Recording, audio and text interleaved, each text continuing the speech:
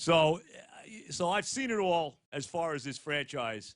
And really, the glory years, the greatest run that the Mets have ever had, for me, were from 1984 through 1990. And, you know, you could call it whatever you want, the Davey Johnson era, the Doc and Darryl era, whatever it was. But that was it. I mean, that was a tremendous team. I mean, they won a World Series in '86. They should have won more than they did. You know, they really should have. But you look back then, you know, now you got the wild card. Now you got 2 wild cards. This team would have been in the playoffs every year. They won 90 games in 1984. They won 98 games the following year in '85.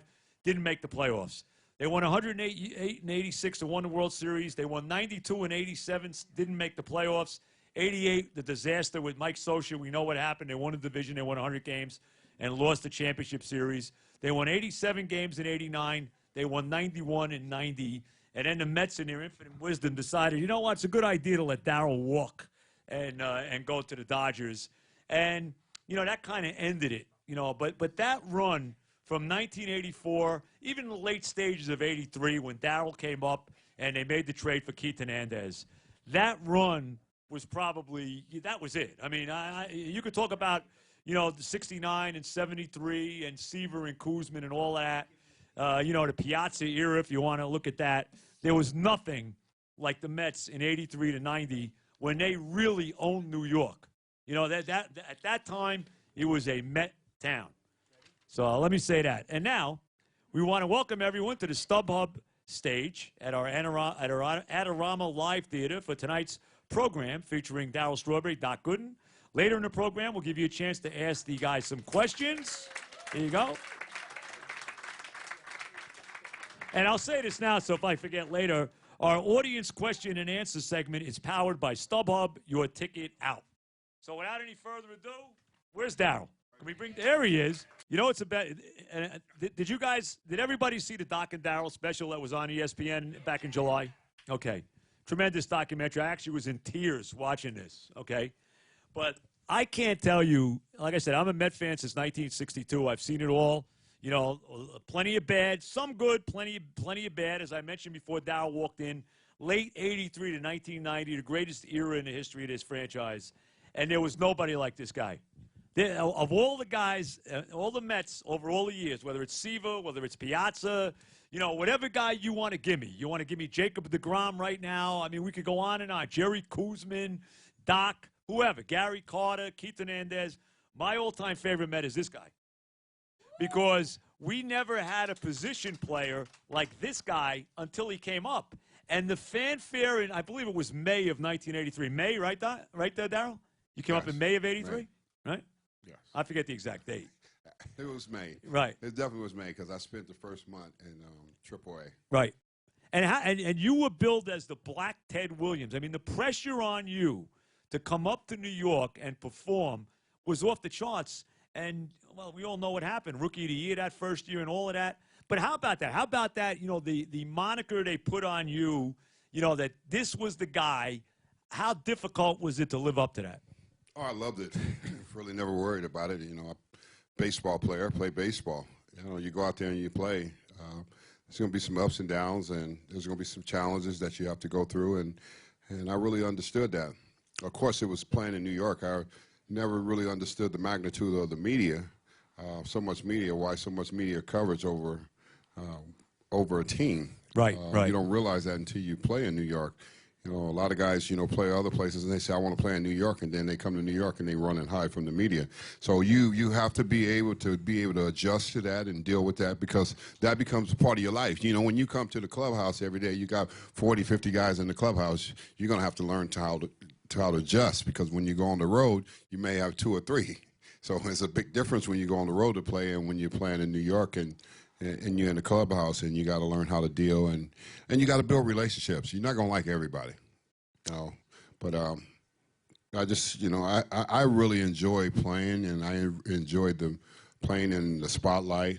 I love the fact that you boo me, because it always made me believe I was better than what I was playing. So it's just different things that happen playing in a place like this. Was it pressure?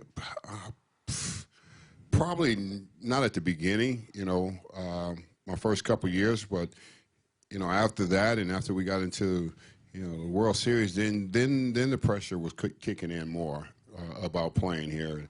And could you stand up to the pressure of playing in New York?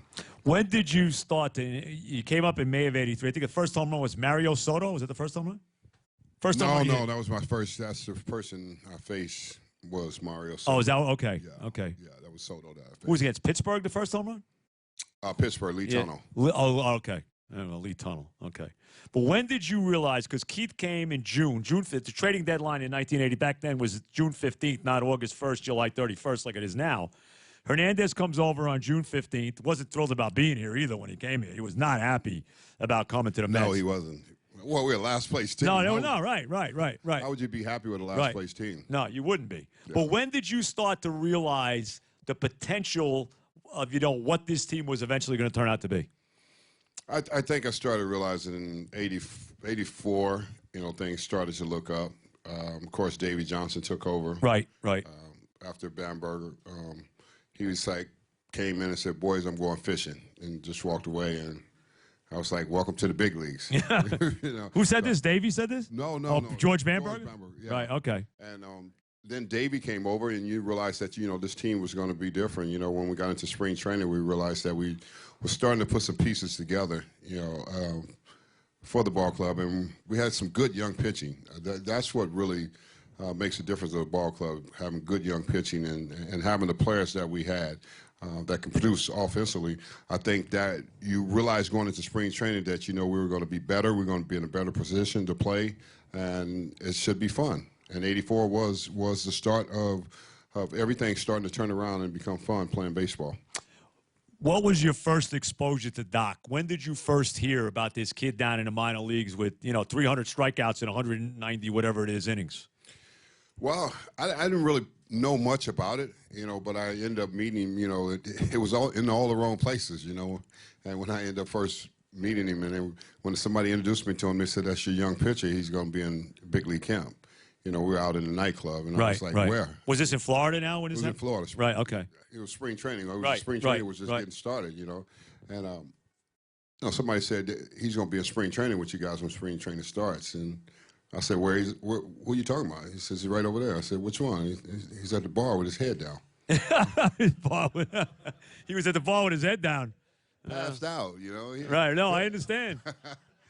He's 19 years old, 18, 19 years old, you know. He's like, I was like, really? I was like, well, he's going to fit right in with the players we got over here. Right. That's funny. So, Doc, so 84 is a turnaround year. You guys win 90 games. Doc comes in. He goes 17-9. He's unbelievable. He wins the Rookie of the Year. But the Cubs wind up beating you out. They had a big series. I remember I think it was late August. They beat you guys in at Shea. They wound up winning the division. Going into 85, you won 98 games. What was the thoughts? Because now you get Gary Carter. When did you find out that you got Gary Carter? When was that? That was in the winter. Right, you know, right. We saw it all over the television. He came over and said we had just acquired Carter for Huey Brooks, you know. Yep. And I think Mike Fitzgerald. Mike Jorgensen. Wasn't it Jorgensen? Oh, was it Fitzgerald? You're right, the catcher. Fitzgerald, right. Yeah. You're right. Yeah, and I was like, wow, you know, Carter's coming to her, you know, and you look at a guy like this, and you realize that you have a ride when you get a player like this. The caliber player of Carter as a catcher to handle a young pitching staff was very important. And I think a lot of people didn't understand that, you know. They didn't think, well, we're losing Hubie, but you know, you're thinking, what are you getting behind the plate to work with this young pitching staff that we have?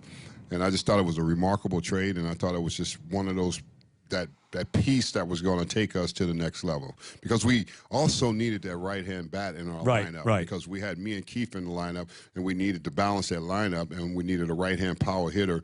And then when we got Carter, we realized that, you know, we were a real threat. And, of course, 85 was Doc's, you know, unconscious year, you know, 24-4, 1.53, all of that. You know, I never said, watching him that year, Shea Stadium, every time he pitched, it was a happening. It was an event. There was nothing like Doc on the mound that year. Right, Darryl? It was incredible. I mean, it was an incredible sight, an incredible time for a young pitcher like that. When he was pitching, I guess it was very difficult to get into the ballpark the nights of he was pitching. Because it was like, you know, 35,000, 40,000 every night. Yep. You know, that huge walk-up you get. that when he took the mound, it was just an incredible sight. I remember the kid up in the corner of the left field with the K corner. The K corner, yep. Yeah, and he would just run up and down. You know, when Doc got 2 strikes on people, and then before you know it, there was another K being put up, and it was just an incredible time. I mean, incredible time to play behind a player like that. I don't think you'll ever see that again. You know, because they always compare compare guys to, you know, who he is and what he was. You will never see a guy pitch at the age he was and win the Cy Young like he did like that. It was just an incredible time of baseball for Met fans and Shea Stadium. And, you know, we really enjoyed playing behind him. It was fun coming to the ballpark. You know, I used to think it was pretty boring because he didn't let nobody get any hits half of the time. So it was like, just let him hit it. You know, just let us make a play or something out here. And it was never like that. It was the most incredible time I ever experienced as a baseball player, watching a guy so young that has so much knowledge of the strike zone and command of his pitches. You know, and if I'm not mistaken, too, you know, you guys won 98 games in 1985, and we'll get to that Cardinal series in a second at the end of the year. If I'm not mistaken, I want to say June '85, you're diving for a ball in right field at Shea, and you break your thumb, right? You break your thumb? Yes, I did. And how long were you out? I think about 6 weeks, 7 weeks. And I always felt that because of that, that's why the Mets didn't win the division that year. Well, we fell short. You know, it was a tough time, and we had players that filled in. You know, but that Cardinal team was a good Cardinal team. I hated that team. We hated them too. Oh my God. The pond, they called us pond scum. They called what us are you kidding me? Pond scums, yeah. Couldn't stand them. I would look at Whitey Herzog, I want to vomit. Whitey was a good manager, though. No, he was a good manager, but I didn't have to like him. I know. We call him the White Rat, you know, but he was good. He was smart. You know, you think about it and you look at that team didn't really have power hitters. No, nope. They had speed. You know, they played low ball. And defense. And great defense, yeah. Right up the middle, Tommy Herr, Ozzie Smith. Yep. You know, and Willie McGee straight in center. Yep. So they had some pretty good players over there. We thought we should have won that year too, but we came short. 98 wins, which would have put them in the playoff, and they would have walked into the wild card in baseball today. But also that final series in St. Louis, you guys were down 3 games to the Cardinals. I'll never forget it. You talk about must-see baseball if you were a Met fan. And you hit, in the first game of that series, Darryl hit the first of, there's a bunch of memorable home runs that you hit. I think the first one is that one, and that was off Ken Daly off the clock in St. Louis to win that game. I think you won that game 1-0, right? Yeah, we did, but you got to give credit to Darling. Darling pitched that game. That's right. Phenomenal game. You know, we had to go in there and our backs were against the wall. Right. You know, and it was, I believe it was Darling, and I can't remember who he matched up with. I don't know if it was Danny Cox or John Tudor, maybe? John Tudor, maybe one of those guys. Right. It was just a game, you know, and Daly came in late in the game, and he just hung one, and I hit one off the clock. Yeah. You know, I said, thank you for the hanger. Well, and you didn't miss it. And then you won the next night. But then you wound up losing that final game of that series. We did. We lost that final game of that series, and the Cardinals go on to win the National League East. It was very difficult. Like you said, if you had wild card back then, we would have been in every year. Every year. Would have walked in every year and would have had a chance to win every year. But even without the wild card, even with us being as good as we should have won more. No doubt. There's no question about it. I look back at, I always look back and think about the games that we gave away, and we always came up short. 1-2 games in the division, losing, even to the Cubs that year. The Cubs got hot because Sutcliffe. Right. He went like 16-1. They got him from Cleveland. Yeah, they got him from Cleveland. He was a dud in Cleveland, but he came over to the Cubs. And he went 16-1, and that's the reason why they beat us out that year, because he was hot. Cardinals beat us that year because they was fundamentally sound. They played, like you said, great, solid defense. Tremendous. They never made mistakes, and you hardly ever see teams like that today in baseball. That was a team where they know how to play the game and they know how to make the plays. And the Cardinals was a good team, and I think that's why they beat us out that year. But I think we just gave up too many games during the course of those times in the season that we should have been winning. 86, obviously, we all know what happened. And you guys come to spring training in '86, and Davey basically says, we're not just going to win it this year. We're going to dominate, right? No, no question. Day one. And with day one team meeting, that's what it was really all about. The team meeting was about us dominating the league. And David said that in the first meeting of spring training. He said that we're not just going to win it. We're going to dominate this year. And we kind of all start looking around and start thinking, yeah, we're going to dominate this year. And I remember early in that year when we went out and we played the Cardinals, we swept them. Right, in St. Louis. In St. Louis. I remember it well. Howard Johnson hit a big home run in one of those games. Yes, off he did. Littell? Was it off Mark Littell? One of those guys. Worrell, Todd. Oh, Todd Worrell. That's Todd right. Worrell. Todd Yeah, Worrell, yeah. right. Yeah, he threw that cheese again, and Hojo just turned on and lit it up. And, you know, we walked out of there, and Whitey made a comment in the paper about us. He says they're going to win it all. He said that's the best team in the National League East. Yeah, and you guys, I mean, of course, you gave us a big scare in the playoffs, and that was this. There were 2 home runs in that playoff series against Houston. The first one, the one off Nepa in Game 3 before Lenny won it in extra innings off Dave Smith, who you guys owned. When Dave Smith would come in the game, he was a relief pitcher for the Astros. Yeah. When he was their closer. When he came in, I knew we had the game won. That was it. We were winning the game. But you hit the one off Nepa to tie the game, and then in Game 5, you hit the one off Nolan when Ryan was untouchable at that. I'm watching that game, and I am going nuts. We got to win this game. It's 2-2. Mike Scott had beaten you guys the night before, whatever it was, and you finally, like a line drive, like over the auxiliary scoreboard in right field off of Nolan Ryan, Game 5. Well, those situations were crucial situations for us because if I don't hit that home run off Nepper, we don't come back. Of course. It's a 4-1. I hit a 3-run homer, tied up 4-4. Lenny wins it off of Smith. Nolan's throwing the gym. Nolan probably got like 10, 11 punch-outs. Oh, yeah. You couldn't touch him. He's got a 1-0 shutout, going. I hit a ball that I still can't remember how I hit it. It was a ball that was down and in, and I hit it right down the right field line. I'll never forget it. I just could see it as this day. Never forget it because it's Nolan Ryan. You never forget when you hit a pitch off Nolan Ryan, because Nolan, you just don't beat Nolan Ryan when he's pitching a game like that. He usually closed that game out. And I remember Marty Noble saying he went over there and he was talking to Nolan about the situation. He said Nolan told him this. He says, well, when he asked him about it, he says, you had the game, I had a Strawberry. He goes, his talent beat my talent today. And Marty told me that, and I said, that's pretty incredible, because Nolan, you have a lot of respect for him. Everybody does. And who he is. And when he speaks like that, he's telling the truth, and he means that. So that meant a lot to me to understand, what baseball is really all about, when you face and when you matched up against people in certain situations like that and like we were. Because if I don't hit that home run against Nolan goes on to win that game. Scott's pitch the next game, we're probably done. Yeah, yep. And then, of course, Game 6, which was, to me, still the greatest game in the history of the Mets, one of the greatest games in the history of baseball. And that game, you're down 3-0. Again, you're not touching Nepa. And I remember I'm going nuts again, man. We got to win this game. Mike Scott's pitching tomorrow. We can't touch Mike Scott. We got to win this game. They're down 3-0. Top of the 9th inning, and really the game started in the top of the 9th inning. You got a big triple in that inning, did you not? Was it a triple? No, like Lenny. A pop fly that I had a double. Pop fly went back.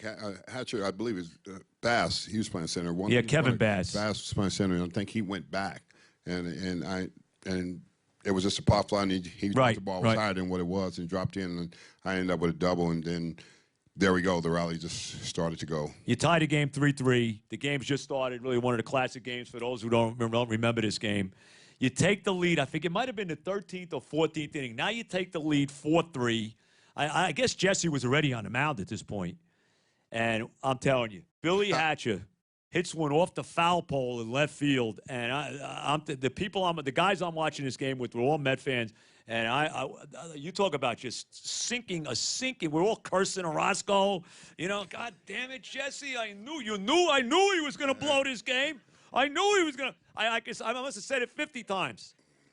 And then you guys eventually in the 16th, you get the 3-run rally, right? Yes. But they come back and they score 2. They got the winning runs on base. Kevin Bass up. Jesse's still on the mound. We're cursing Jesse left and right. You can't blow this damn game. And Jesse strikes bass out, and, well, that was it. That was it. That was a great game. It was a great game to play in, to be a part of. And just that whole series against Houston was a phenomenal series. You know, I think when you look back on baseball and baseball playoffs, that's what it's really all about. You know, those down in Texas, we had to shut them up. Because you remember early in the year, we had some problems down in Texas. Yep. Oh, yeah. What was the name of that place? Hooters? One of those places. Something like that. Not the Hooters we know today. Something like that, though, right? Yeah, some place. Was it Ron Darling, Ojeda, and who? You weren't even involved in this. I wasn't involved, no. I missed it. I missed the action that night. Arthur Richmond called me in the middle of the night. Right, and said, right. Oh, Sean. I was like, yeah. I was like in bed, you know. He's like, oh, thank God you're in bed. He says, all your boys got arrested. Yeah. Wasn't it Darling, Ojeda, and one other guy? Ojeda, Aguilera, Tuffle. Right, Tuffle, that's right. That's and, right. You know, he was like, your boys got arrested. You know, it's like, I was like, oh, man, what happened? He was like, they were in a bar fight. I was like, "Damn, man, I missed it." You know, I was just like, and you never shied away from a fight. Well, no, because it's, you know, you were like the enforcer. Those are your teammates, you know, and team is important. Team concept is always important, and our group of guys are always important. They were very special guys. Right. You know, we played together, we lived together. We might have had in-house fights, you know, but when we stepped on that field, we were boys. Oh, God. You know, it was just like, don't play with us. You know, we don't play. And that's what it's supposed to be about. It's not supposed to be about anything else. I think a lot of times people think it's about it, individual stats and everything, but when we were playing together, it was about how do we win? How do we dominate? Right. How do we beat teams up and make them hate us? You know, that's the kind of guys we had when we played together. Yeah, and everybody, the rest of the world hated you except, of course, us. You know, with the curtain calls and all of that. Oh, we loved the curtain calls. Oh, God. Know, you take all day, you know, and get your curtain call. And you loved them. I loved them. I know. I know we did love them. I know Carter loved them. I loved them. Sure. You know, and you get your curtain call, and it was just an amazing time playing baseball over in Queens at Shea. You know, it wasn't about the Yankees. It was about the Mets. The Mets in the '80s. It was, yes. The Mets owned the town in the '80s. No I think doubt. a lot of people don't understand that. They look at what happened with the Yankee years and the Yankees having a dynasty, but those years from '84 when we came and started making the noise, it was all about Mets baseball. No doubt. It was all about Queens. It was about Shea Stadium. You go to Shea Stadium, it's going to be rocking. If you piss them off, they're going to fight. You know, it was just all kind of things that people loved about us, and that's what baseball should be about. You're supposed to play for your fans, and that's what we did. We loved our fans. You know, they came out and they supported us like crazy, man. We never walked in the ballpark at Shea Stadium where the ballpark was empty. No, you know, the ballpark was packed. You know, every night we go to the ballpark to play. It was packed, 35,000, 40,000 coming in the ballpark to see you play. No, it was unbelievable. Now I got to bring this up, and for those who remember, those maybe not. After they beat the Astros in the NLCS in '86, the classic, the tales that you've heard about the plane ride back from Houston to New York. Now you got to, I guess, give me the G-rated version of this. But what really went down? You trashed the plane, and what'd you guys do? Well, everything went down. I mean, it was just crazy. It was just like, you know, we have arrived. You know, we just won a big series. We're on our way to the World Series. Right. And, you know, like I always said, you know, if you saw 30 for 30, I did a milk commercial, and Frank Castle wanted us to all drink milk. But we didn't drink milk, you know. Obviously. No, we know that, Daryl. It was pretty wild, you know. Coming back, it was just like we had a party, we had a food fight. We were throwing. I mean, you had the seats were torn up, and we were throwing them all over the place, and we just felt like we deserved it, man. We had just played so hard, you know, and so long to get to this point in this place, and you know, the ride back was incredible. You know, they had the wives on it, and they were drunk and throwing stuff, and it was just like. And I guess when Frank got the bill, he wasn't happy about it. He wasn't happy at all when he got the bill because it was a bill. It was a serious bill. Yeah, no, I could imagine, yeah. And he handed it to Davey, and Frank was pretty pissed off because Davey looked at the bill, and he says, my boys deserve it, and he tore it up and said, you guys take care of it. Tremendous. So you go on to the World Series. You probably had a hangover because you lose the first 2 games at home, right? I think we didn't have. We had a hangover from the. We From were the season, exhausted. not from the plane ride. Yeah, not from the plane ride. We were exhausted, due to the fact of that National League Championship Series. Right. It had just wore us out. When you're facing guys like Mike Scott and Nolan Ryan, you are in for a battle. And we were in for a battle.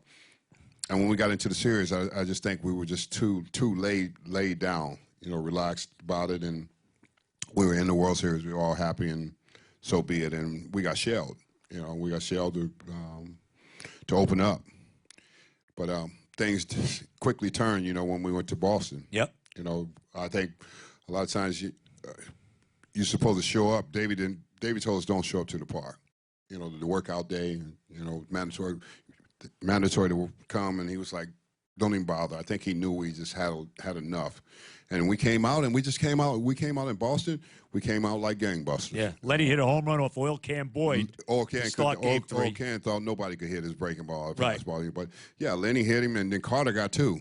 The next day. Yeah. Yep. Yeah, and Carter came through big for us, because there's always we always had players that can come through. Right. Come right. big. It didn't matter who got the job done as long as we got it done. And that's what team was all about. That team, that 86 team was about us picking up each other. We came back so many games that year. It didn't matter how many, you could jump out. Teams used to jump out on us and be like, they kind of were like little girls, when they jumped out on us because we were so good. Everybody used to hate us. They wanted to, shove it down our throat. And we used to sit back and just wait, around the 5th, 6th inning, okay, we turn it up, then we take off and win the ball game. And it was the same thing there. We lost the first 2 games in the series, and then we went over to Boston, and there it was. We turned it on, and we were right back in it. And Game 5, which you lost to Bruce Hurst, who gave you a very hard time in that series. Yes. That started the first time I ever heard it. And I'll give the Red Sox fans credit for this. The right field stands at Fenway, the first time we ever heard the Daryl, that was that game. Yeah. And it was a derisive chant at that point, but it kind of became afterwards like a very positive chant at home. It became fun at home, but you play in Boston. Boston sucks. And right. We know that. Yeah. We know that. You know that. It's like Boston. Were you egging them on, too, when they were doing that? I was. It's like they so annoying, those people in Boston. They get on your last nerve because, the ballpark is right there down on top of you. Yeah. And Fenway, it reminds me of like Wrigley Field, right down on top of you, and fans are on you, and they just like, oh man, they're so brutal. They think they're the best thing in the world. And you're just like, you look at Boston fans and you think to yourself, you guys just have no idea. You guys really suck. The World Series, the best, Daryl Strawberry. So you come home, and I was fortunate enough. I actually was at Game 3 as well. I was at the Oil Can Boyd game when Lenny led off with a home run. I had great seats right behind the Red Sox dugout, and I was like the only Met fan in sight. So that was great. But I was fortunate enough to be in the ballpark for the quote-unquote Bill Buckner game, and I thought it was over. They had even put on it was on the score, but they had made Bruce Hurst the MVP of the series. You guys it was over. How about that? I guess it was the 10th inning because it was extra innings. When did you feel, hey, you know what, we're going to win this game? Well, you're talking about Game 6, the Buckner game. Game 6. Well, you saw things unfolding, and you saw guys. You saw the Mets. You saw the real Mets. Never give up that year, that 86 team. You saw the character of it. With 2 outs, 2 strikes, guys still battling. Right. It was just a battle. It wasn't just like they were going to lay down and take a pitch and it was over. They were going to battle you, and you got guys battling. You got Carter getting hit. You got Knight. You got Kevin Mitchell coming from out of the clubhouse getting hit. Had to throw his uniform back on. Right. Wasn't Keith like smoking a cigarette? Keith in there smoking a cigarette, having a beer, He's like, hold up. Let's not move. We're standing right in Davy Johnson's office watching the game unfold.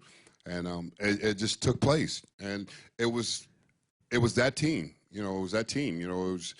Everybody talk about Buckner missing the play, but they never think about Calvin Schiraldi and Mike Stanley couldn't get nobody out. No, you're right. You know, right. and you know, they just talk about the one play. Now, I don't blame Billy Buckner. Billy Buckner was a great player. I don't blame him trying to beat Mookie to the base. You know, because Mookie hit the ground ball, he was trying to beat him to the base. Sure. And instead of getting to the base, he missed the ball, and that's just one of those plays that happened. But you know, he was a phenomenal player in his career and everything. And you know, most people never talk about that. They just talk about that one play. And why didn't they take him out? You know, think about it. We win Game 6, but we come back Game 7. You were down 3-0. We were down. Right. And we come back and win that ball game. So you know, it was just the character and the makeup of this team, this group of guys. You know, for that year was so talented, but was a team that just never quit. You know, I mean, you see a lot of guys play in the team and they give up. You know, it's the end. You know, we didn't quit. You know, that year we didn't quit. That team was good. And we'll get to your questions in a couple seconds. I just want to get to two other little things here. Ray Knight hit the big home run in Game 7, but the next great home run for you was the one you hit in Game 7 to give the Mets a 2-run lead. And, boy, did you style it around the bases on that one. Yeah. You did style. You know, why not? Kind of Cadillac, you know. I think I ran the bases with you on that. Yeah. We just kind of wanted to shove it down their throat. Right, you know, because of the Boston fans and the way they talked about us when we played in Boston. And we just realized that, you know, we got a chance to win this, and let's just stick it to them. And we did. Yeah, you did, no doubt about it. When we know what happened the following year, you know, and we saw it in the documentary. Doc obviously not here yet, but when Doc says after you guys won the World Series, the first person he called was his father, and the second person he called was his drug dealer. And we all know that Doc wound up. It was stunning to all of us. He doesn't show up for the parade, although it was supposed to be he was sick or whatever. You said in the documentary, you said you went to his house and you couldn't. Nobody was there, right? No, I mean Jay Horwitz asked me. He's a PR. He asked me to make sure you go by and get Doc in the morning, you know, for the parade. And I told him yeah, and I went by and because I live right around from him, right? And I just kept knocking on the door and got no answer. And, you know, I just had to head out because the parade, we were all meeting at Shea Stadium and headed to the parade. So I left, and there was no Doc. Unbelievable. Oh. And, of course, he winds up going to rehab to start the '87 season, which was like opening day or the day before opening day. And, I mean, I know as a Met fan, I was like, what? Are you kidding me? When did it really start to get out of hand as far as – you know, for yourself now, with the partying, the drugs, all of that stuff, when did it really get bad? Well, it only lasts for so long in anyone's life. I don't care if you're a baseball player, CEO, or a plumber. Addiction is real. Alcoholism is real. And the more you drink, the more you start falling downhill. And, you know, for me, it was that's what it was for me. You know, the more I started to drink, the more amphetamines. I mean, I got addicted to the amphetamines. That became a part of my everyday life of playing, and I couldn't get off of those. Yeah, greenies, you know. It just became a part of the whole life, you know, lifestyle. I mean, I got addicted to the whole lifestyle the wrong way when I came up as a rookie. And, you know, they introduced me to this lifestyle that way, and I got consumed with it.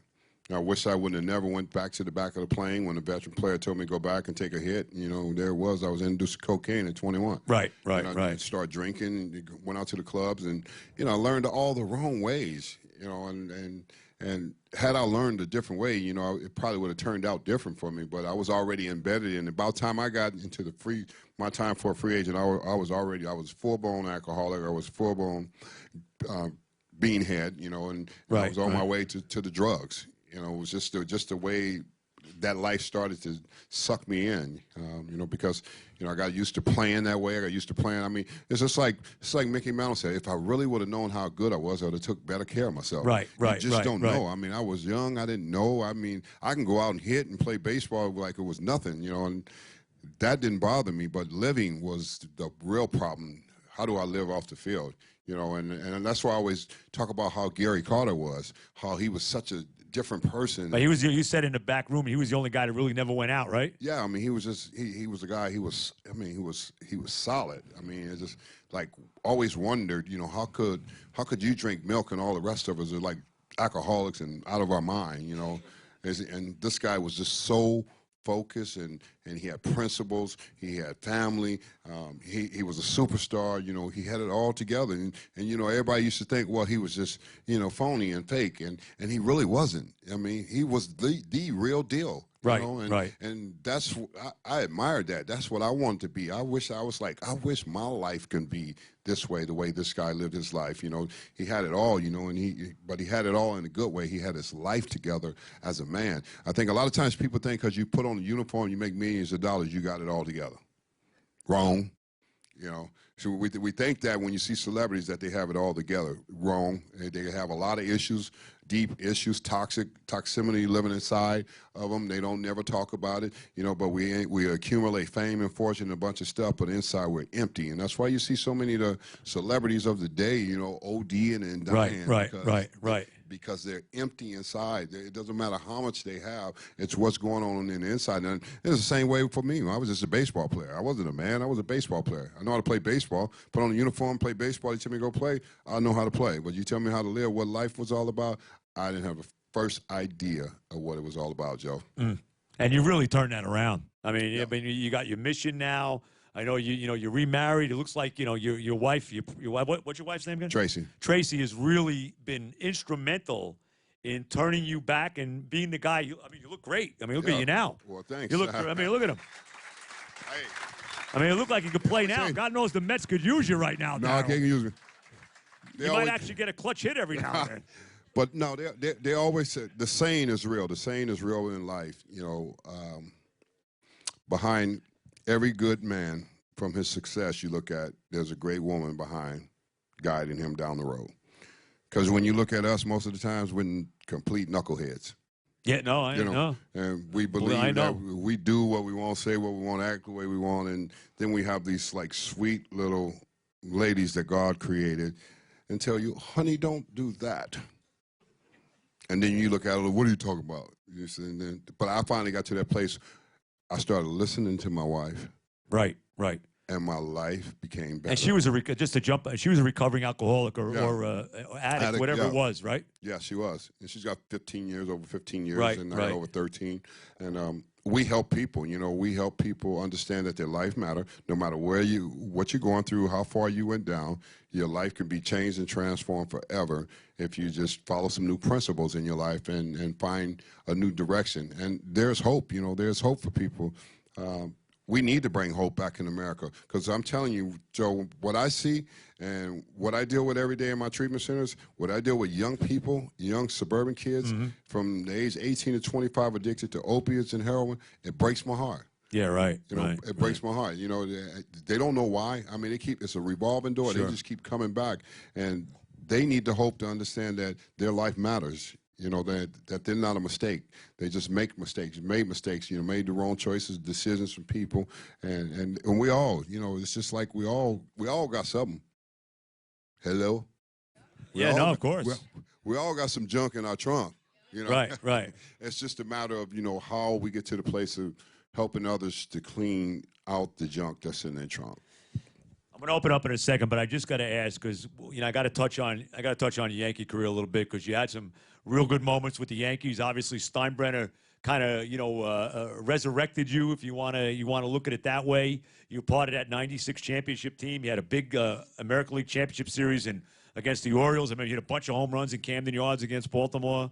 You know, you win there. You're on that '98 team that won 114 games. I think you had 23 home runs that year. How about the Yankee years for you? They were good. You know, the Yankees are an incredible organization. To play sports, yeah, you can clap. It's okay. I mean, because they really are. They are an incredible organization to play sports, to be able to play for the boss and the people and the pinstripes and the pride, and, you know, going over there and to play and have an opportunity to play with guys like Tino and Mo and Jeet and Posada and Bernie and all those guys, O'Neill. I mean, they just good guys. You know, they were real classy. They came to the ballpark ready to play. You know, the thing that I loved about them is playing with the Yankees. Nobody was selfish. You know, it wasn't like an ego. You know, they didn't run egomaniacs. You know, and had to be the star and had to be the one that talked to the papers and stuff like that. It was never like that over there. I mean, these guys had so much class about themselves and the way they respected the game of baseball. And when I came over, they just accepted me. You know, accepted me as their brother.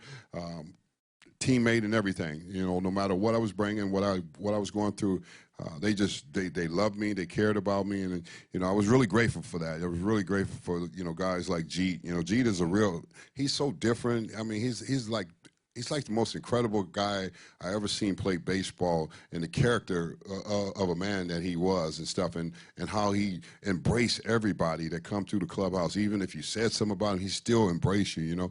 And in my days, if you said something about me, I'm ready to thump, you know. Right. But that's what it was, you know. Right. And Joe Torre was incredible because he really understood players, and he understood how to handle players and put players in situations to be successful. And I think that's why it worked so well. That's why you've seen that dynasty and that run over there, because, you know, he knew he had the players. He knew I had players on the bench. He knew I had players that could play every day. But he utilized the players to their advantage to beat other teams. We get some questions. Want to open it up to some questions? Mark, you want to got a microphone there? Go ahead. Hey, Daryl, thank you for taking my question. What was the farthest home run you've ever hit? Was it off the one in Montreal where you hit it off the roof? And no, I think that one I hit off the clock at St. Louis was just on his way up. You know, I think if it wasn't for the clock, you know, that home run would have been a long home run. The one I hit in Montreal off the roof, yeah, probably would have been out of the ballpark because it went straight up. But that one, that game, didn't you? I had two. Yeah. Brandy St. Clair. You remember, Joe? Look at you. Daryl, come on. That was open day, right? Daryl, stop. I mean, are you kidding me? He got a good memory just like I do. You know, give me flashbacks now. I start thinking, yeah. But and that Bum McReynolds hit one too, I think, in that game. Yeah, he did. McReynolds did hit one. Yeah, he did. Yeah. I was not a big fan of Kevin McReynolds. But we'll leave it at that. Leave it at that. Big Mac was a good guy. Was he? Yeah, he was. Even though he was more concerned about hunting than playing baseball? Yeah, he was more concerned about hunting than playing baseball. But he was a good, deep down inside, he was a good guy. Yeah, I have a question for you. As a player gets older, do you think they can't play anymore because of their vision or their bat speed?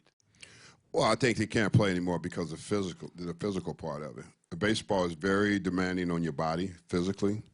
And, you know, you're going to slow down. You know, your bat speed is going to slow down. Your legs are going to slow down. Your eyes are going to slow down. And I think when you reach that point, it's just not the same anymore. It's a very difficult game to play. I think a lot of times fans just sit there and goes, why didn't he hit that pitch? You know, because if you're up there at the plate, that pitch is moving. It doesn't look like it's moving on television. A lot of times it looks like it's straight and he could just hit it. But the ball is moving the ball is moving as it's coming towards you, and your reaction as you get older will never be the same as they were when you were young. Hey, Daryl, who was the toughest pitcher you ever faced, and was there one player that you really disliked? That I disliked? I disliked all of them. No, I dislike all pitchers. The toughest pitcher I ever faced was Nolan Ryan. Nolan Ryan has such a different demeanor about him. You know, I can get in and dig in the box on anybody. I wouldn't care about it because if you think you're going to throw up on me, I'm charging them out and coming to get you. But Nolan Ryan had this demeanor that was different than anybody I ever faced. I mean, he had this look on his face like, I don't play. You know, and it was he was very intimidating, you know, with the look that he had. And if you know, I don't know you guys ever watched Nolan Ryan, but he walk around that mound, and once he gets on that mound, you better get in that batter's box. You better not delay him too long, and you better not dig in because he's definitely going to drop you. He's definitely going to throw one under your chin or something like that. You better get in there and just do what you do and keep your head down and keep respecting him. And that's what I always did with Nolan Ryan. I had nothing but respect for him because of who he was. Hey, Daryl, thanks for doing this. What were some factors that led you to go to L.A.? Ownership. Frank Cashin. You're not a $5 million a year ball player. Are you kidding me? I don't really think it was. It's chump change now. Yeah, I don't really think it was Frank. Frank was good, you know. Did you really like Frank? I did. I really did like Frank. Okay. I like this little bow tie. Maybe I'll reevaluate him now. I like the little bow ties. He was so cute coming out with a little bow tie. Yeah. I thought he was pretty cool. Frank was a nice guy. You know, I just think what made me make this shift was I saw the Mets going in a different direction. You know, I saw them get rid of Lenny Dykstra. When I saw them get rid of Lenny, and I knew they were starting to go in a different direction, you know, because you get rid of Lenny for Juan Samuel. Oh, God. Now, come on. Right? No, don't know. I know. It was Lenny and McDowell. It wasn't just Lenny. Yeah, Lenny and McDowell. Yeah, that's what I'm saying. I saw them making a shit. But when they got rid of Lenny, because, see, Lenny was a player. I don't care what nobody said about him. He might be crazy right now. But, boy, let me tell you, when he came to the ballpark, he came to play. And that's what I liked about him and Wally at the top of our lineup. When they came to the ballpark, they came to play. And a lot of times people just look at the other players, the stars of the team and everything, and you don't look at the real ingredients of the team. You don't see, it's just like making a cake. The cake is no good if you don't put no frosting on it, right? And this is the same thing. Well, you can eat it dry if you want to without the frosting. But Lenny and Wally was the ingredients to us going in the middle of the lineup, and people don't understand that. You know, that's the way you drive in 100 runs when guys get on base, when guys go first to third, and you looking up and you got less than 2 outs and a man on third base. And Lenny was always there. Him and Wally would always make that happen for you. And you know, when they traded him, I thought this is really going in a different direction. And Roger too, because Roger was great. Sure. Yeah. Yep. No doubt.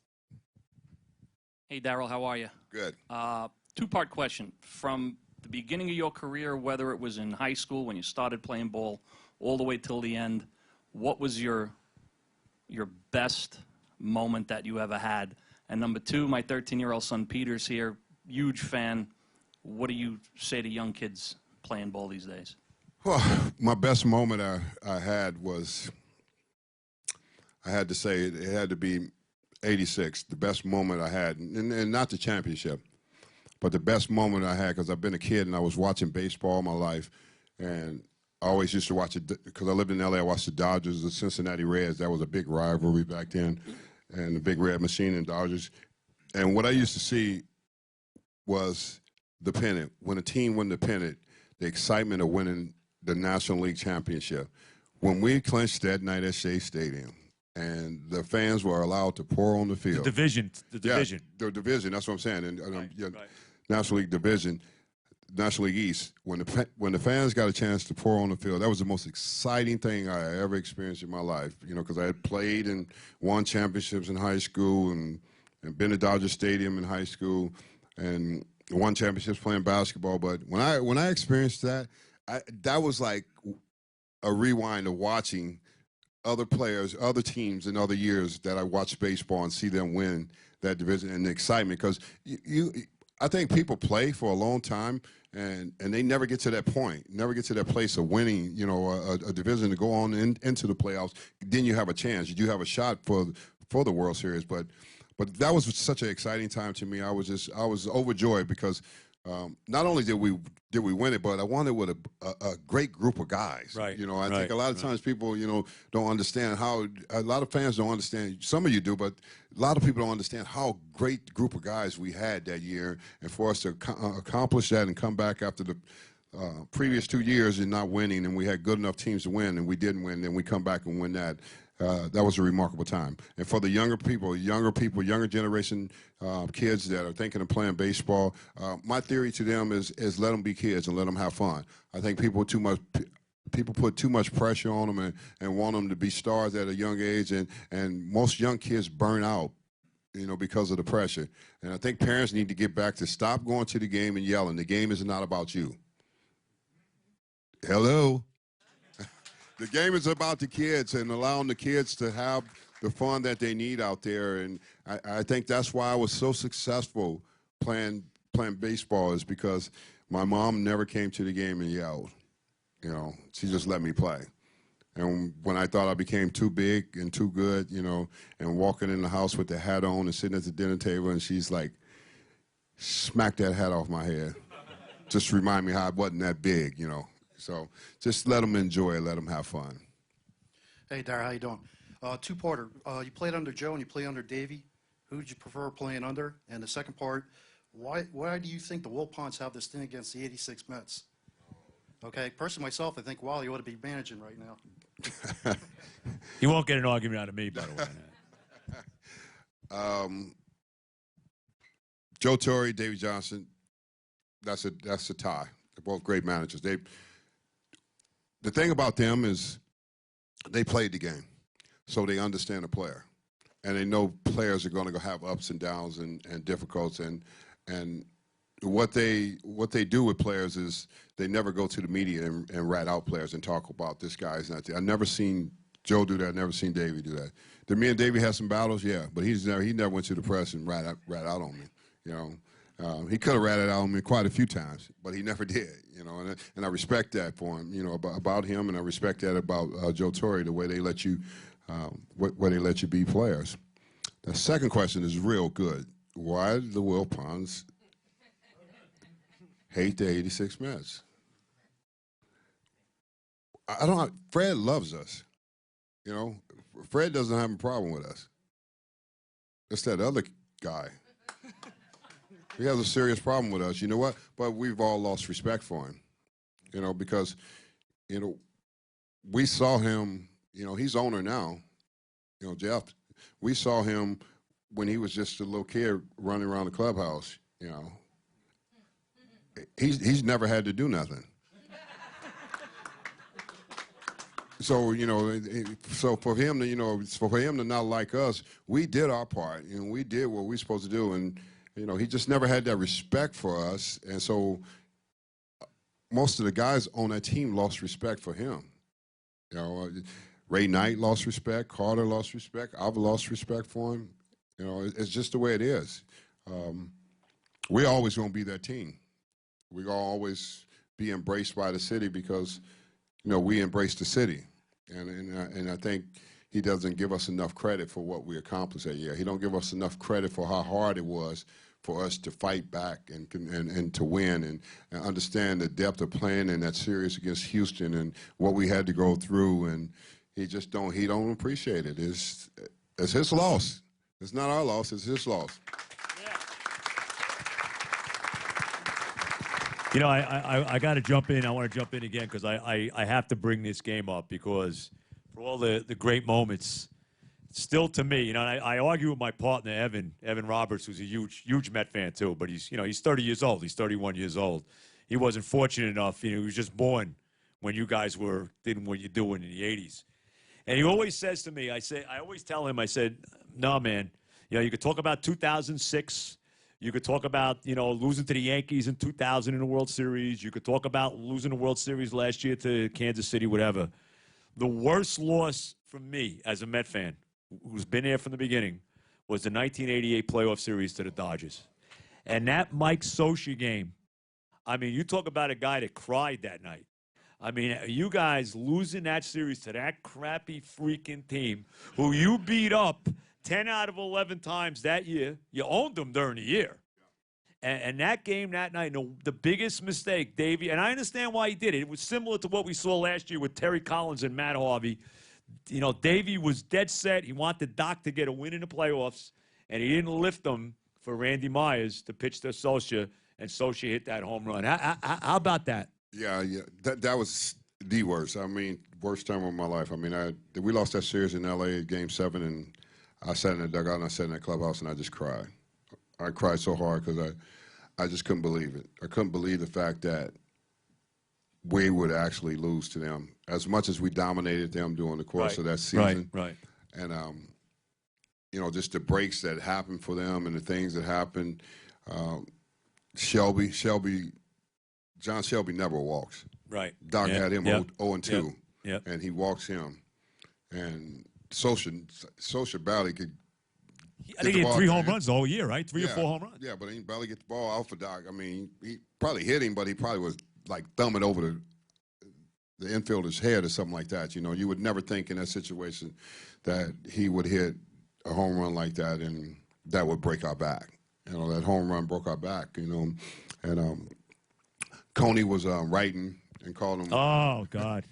Yeah, that didn't help either. That didn't help either. You know, he called him a bunch of. Yep. Although he did pitch a great game in Game 6. No, Coney's Game always 6. gamer. Yeah, he's gamer. He's a gamer. I mean, he's true gamer. He backed his up, you know, and that's the thing about it. You had to back it up, you know. And Game 7 was Hershiser against who, you know. But I didn't mind facing Hershiser. Ronnie pitched that I know game. Ronnie, And but then Doc came I'm in. saying Sid should have started that game. Sid was our best. Yeah, you think Sid should have started that game? Yeah, best option for beating the Dodgers because Sid Fernandez. Sid Fernandez, yeah. I mean, Sid, people never hardly ever talk about Sid, but Sid was amazing. You know, he was amazing, quiet left-hander, you know, who could come through and have some big games for us. And I thought he was more of the player for that game. That Game 7 was a pressure cooker. You know, Ronnie was pitching, but it was a pressure cooker. And I thought Sid didn't really know any better. So, you know, you put him out there, you know, he just pitched.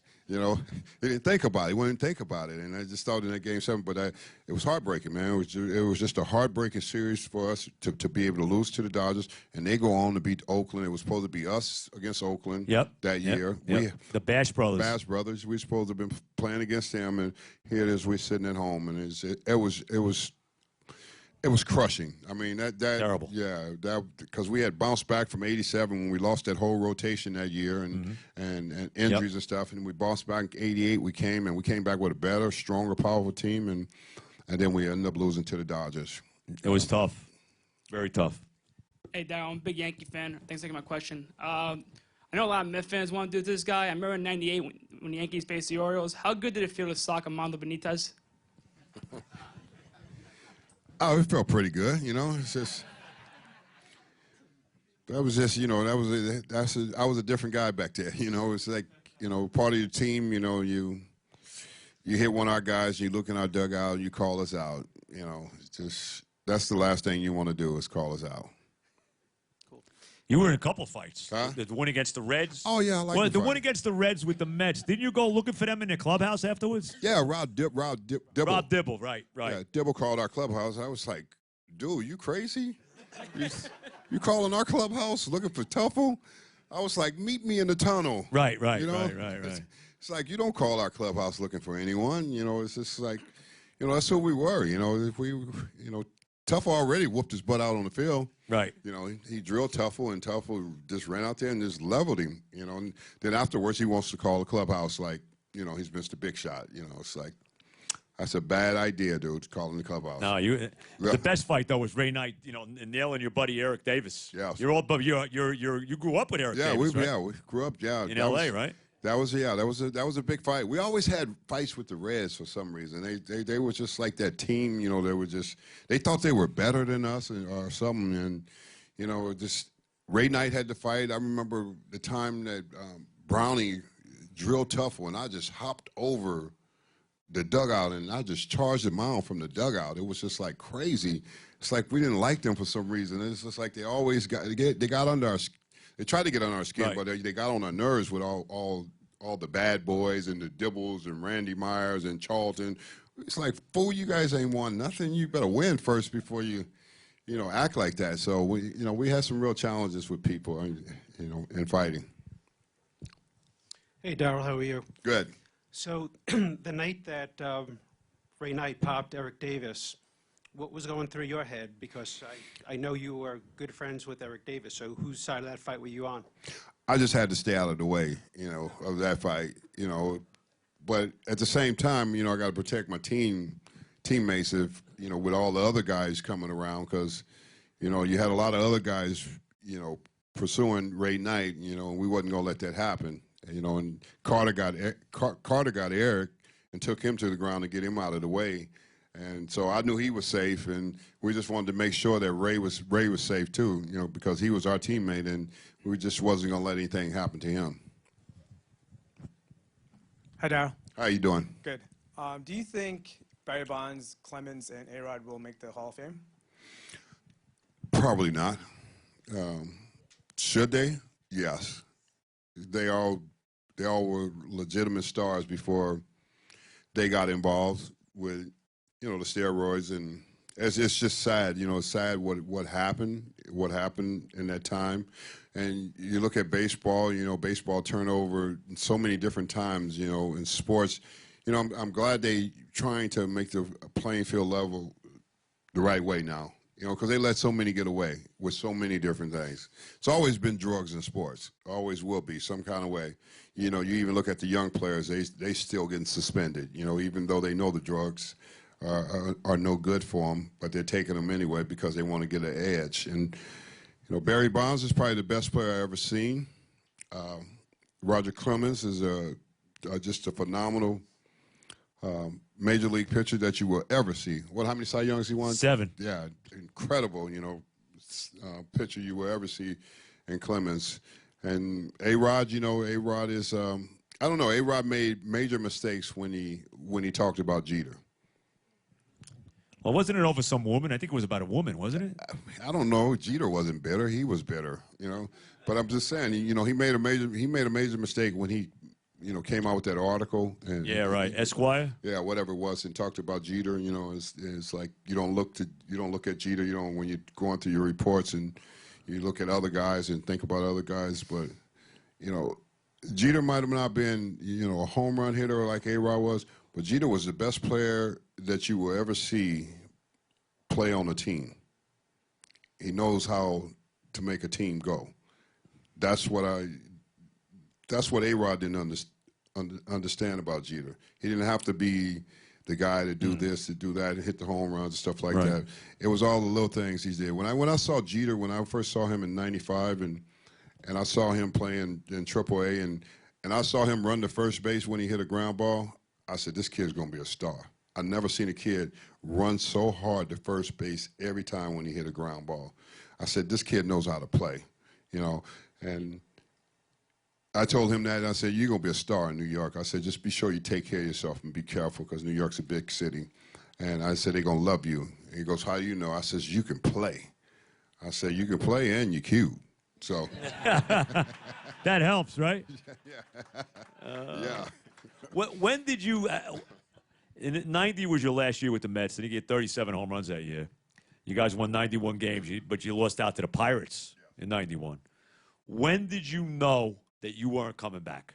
Did you know before the season was over that you were leaving? No, I mean, I tried. I kept trying with Cash and trying to go to the table. And oh, you did? So you actually approached them about a contract? Well, I tried to settle it during the time of the year. Right. He was like, they were just like, let him play it out. I says, well, okay, I'm going out with a bang then, you know, and they were just wanted to let me play it out. They had a 3-year on the table, and I says, okay, I'm just going to test the market. And so you would have signed if they would have gave you the deal. If you would have signed in the middle of the season. Oh yeah. Once you got to the end of the year in free agency, you said, I got to check it out. Yeah, I just had to check it out. I mean, I wanted to stay. Come on, I mean, I really wanted to stay. Right. I mean, it's just, you know, what bothered me was when they started getting rid of players.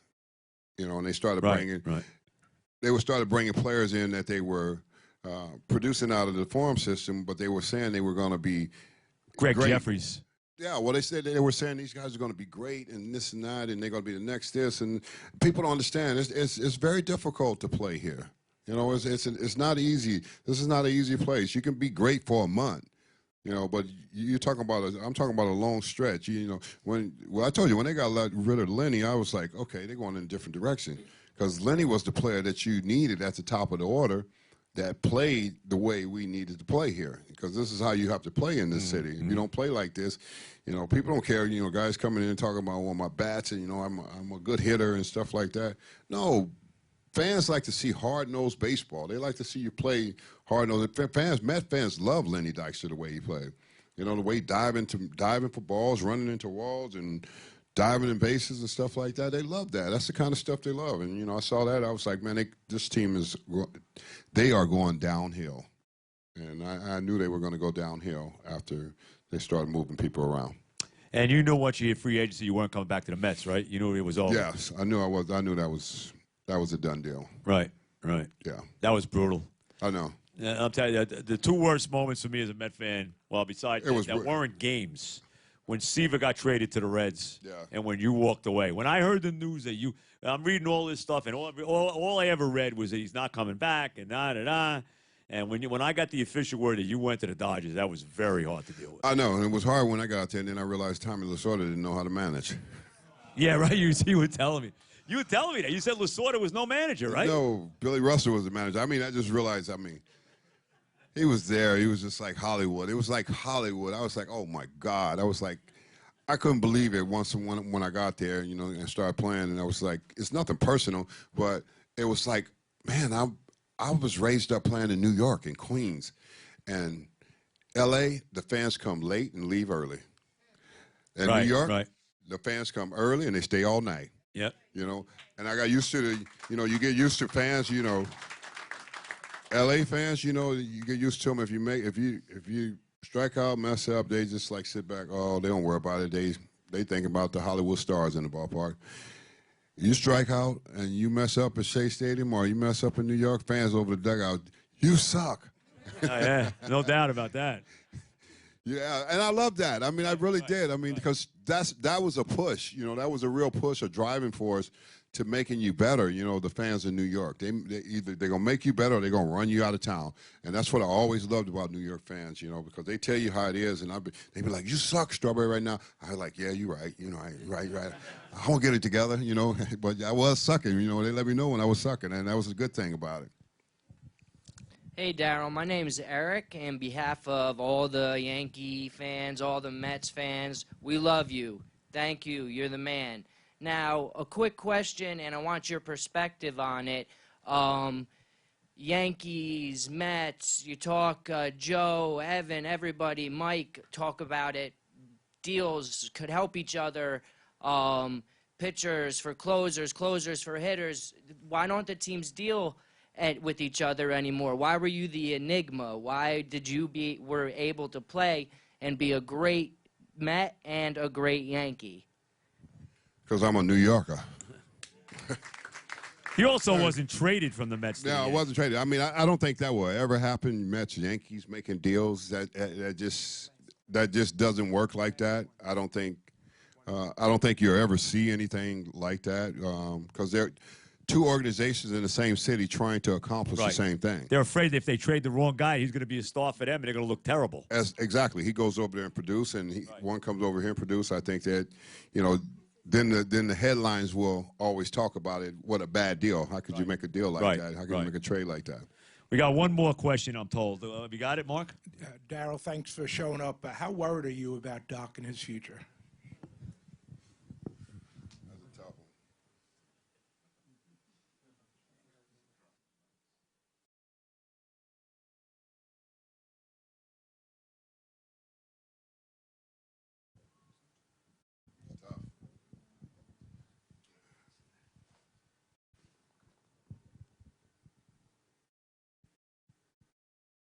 I'm worried. A lot. It's a real struggle, you know. It's very difficult to talk about, you know, because I know the drill, I know the deal. It's very sad. It's hard, you know. Because even though we wasn't as close like everybody wanted to make us out to be, he's a friend, you know, and it's very challenging, very difficult time of his life, you know, and I mean, it's tough, you know, it's just really tough to sit here and just know that he was supposed to be here too, and he's not here. You know, it's really tough. You know, and I think a lot of times people just keep thinking it's all right, and you know, it's not all right. My fear is that, and I know addiction, and my fear is people that don't change, they die. They die this way, and I just hope the light comes on soon before it's too late. All right. Great stuff, Daryl Strawberry.